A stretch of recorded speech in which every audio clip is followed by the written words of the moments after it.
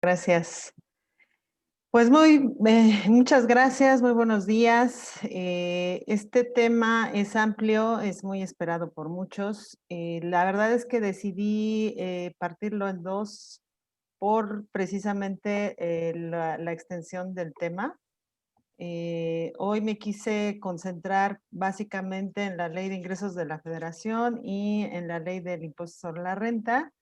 Mencionar de forma rápida también lo que es la ley del impuesto al valor agregado y dejar para una segunda sesión todo lo que es código fiscal y otro tema muy importante que ha tenido mucha resonancia últimamente, que es el outsourcing. Y sobre todo porque siguen saliendo, cada día hay más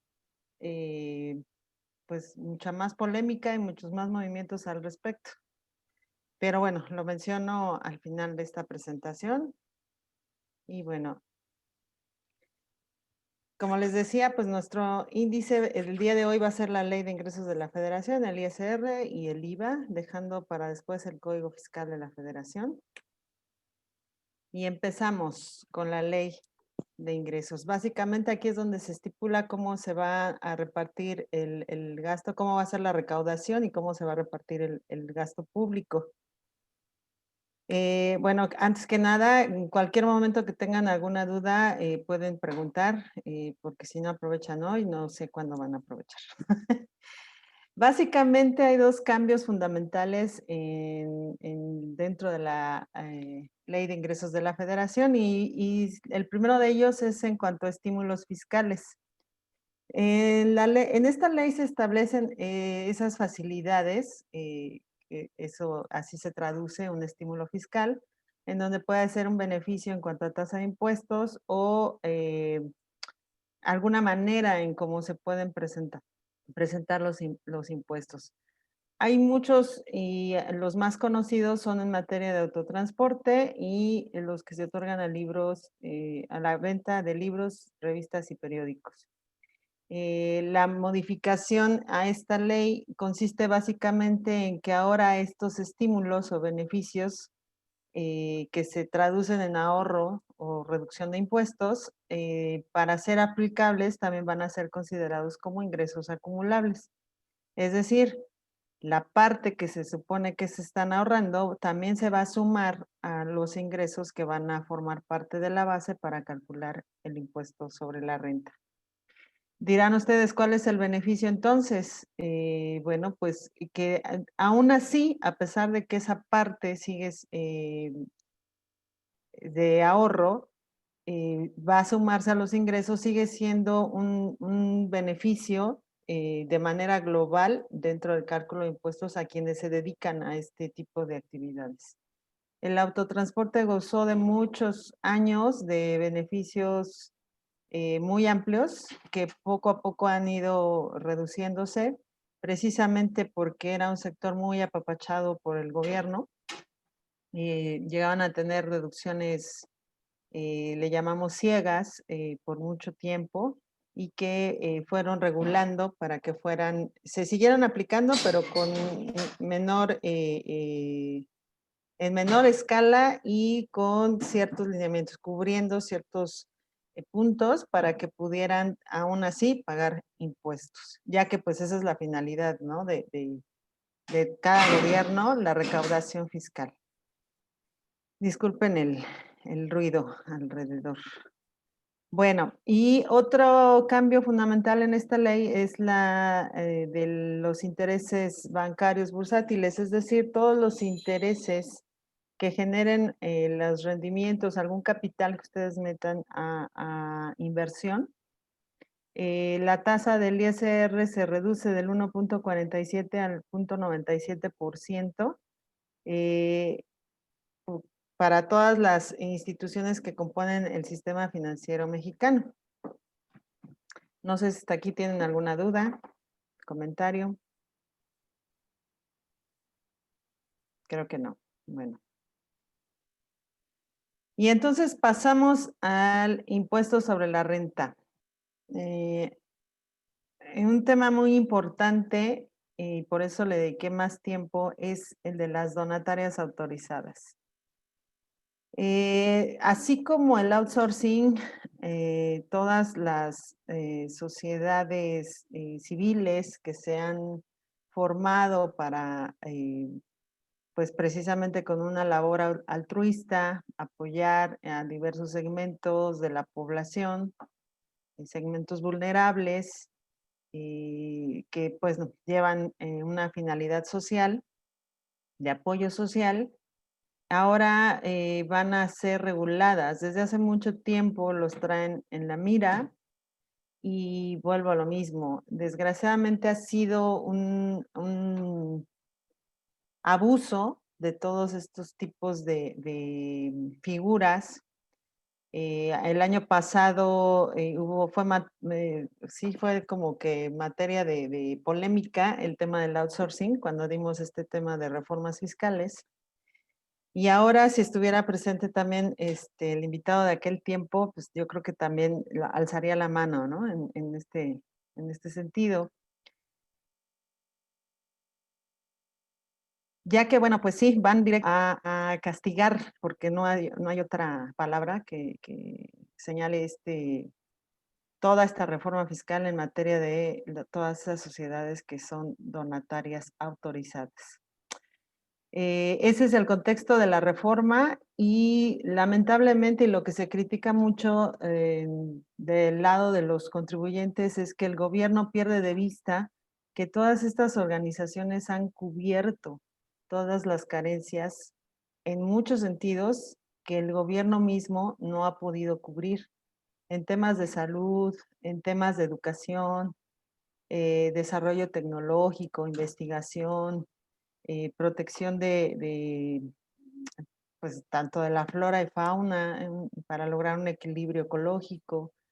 Todo eso que muchas veces nuestro gobierno no promueve o no destina muchos recursos para todos esos sectores, llegaron estas sociedades civiles a aportar y apoyar con la necesidad de ver y de cubrir todas esas carencias y pues lejos de que con esta reforma se apoye el crecimiento de las mismas, pues ahora es un sector golpeado. Y volvemos a lo mismo. ¿Por qué? Porque el abuso de la figura propició que se pagaran menos impuestos. Igualmente, durante muchas décadas se estuvieron realizando empresas muy grandes, realizaban este tipo de concepto de donativos indiscriminadamente, porque obviamente estaba autorizado. Eh, y empezaron a meter algunos candados, como por ejemplo que solamente el 7% de la utilidad que resulta en las empresas es el monto máximo a deducir como donativos con este concepto.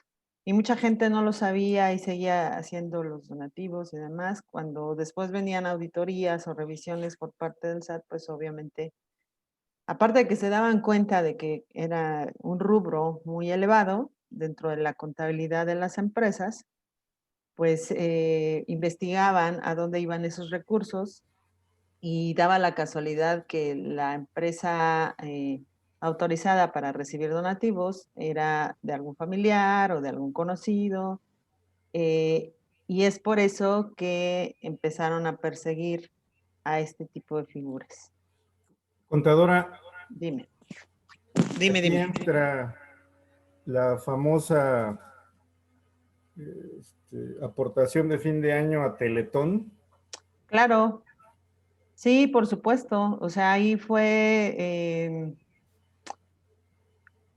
ahora sí que nada, ese tipo de empresas y grupos no crean así como que al vapor las cosas, ¿no? Si bien es cierto que sí ayudaron, que sí fueron, al menos yo sí conozco a gente que sí se benefició con estos CRITs, también hubo muchas carencias y también supe de gente que trabajaba adentro y veía también los abusos y los excesos. precisamente para deducir indiscriminadamente impuestos y más que deducir, evadir impuestos. Pero sí, son todas esas figuras, como la de Fundación ¿También entra Telmex. la de la Cruz Roja? Sí, pero en menor escala, ¿sabes? La Cruz Roja sí tiene esa labor social y ahí todas esas sociedades sí han aportado, sí ha habido apoyo. La parte negativa de todas ellas es quién está donando. ¿Sí me explicó? O sea, es como si yo tengo mucho impuesto a fin de año y digo, pues rápido, un donativo y ya hago mi superplaneación fiscal. Y sí se vale, sí se puede, porque incluso puedo estar donando cada mes un monto fijo a Greenpeace y va a ser deducible porque está autorizada Greenpeace a recibir donativos y yo no me estoy excediendo del monto que me permite la ley deducir. Vuelvo a lo mismo, no es tanto quién los recibe, sino quién está donando y quién está abusando de esa figura de los donativos. Entonces, aunque sabemos que sigue siendo un elemento para bajar la base del impuesto, los candados que fueron poniendo como ese 7% de máximo deducible de la utilidad, no de tus ingresos, de la utilidad que resulte en el año, ya es una forma de regularlos y de ir midiendo las cosas. Te siguen dando la posibilidad, adelante, hazlo. Pero con esta reforma, pues a quien golpean es precisamente a quien recibe los donativos, buscando que obviamente desaparezca esa figura y se paguen más impuestos, la figura del donativo como tal. No sé si contesté la duda. Sí, sí, sí. Y bueno, pues los cambios significativos en la ley establecen que las sociedades cooperativas se incorporan, bueno, porque muchas de estas donatarias se constituyen con esta figura de sociedades cooperativas, pero hablan particularmente de ellas que se incorporan a la regulación en la ley del impuesto sobre la renta. En la actualidad solamente están reguladas por algunas reglas que se establecen dentro de la resolución miscelánea fiscal.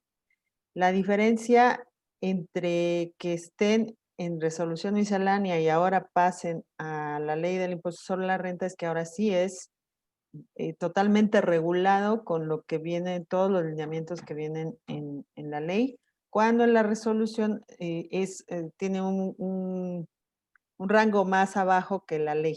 Es decir, no necesariamente porque esté en la resolución miscelánea aplica lo que ahí dice.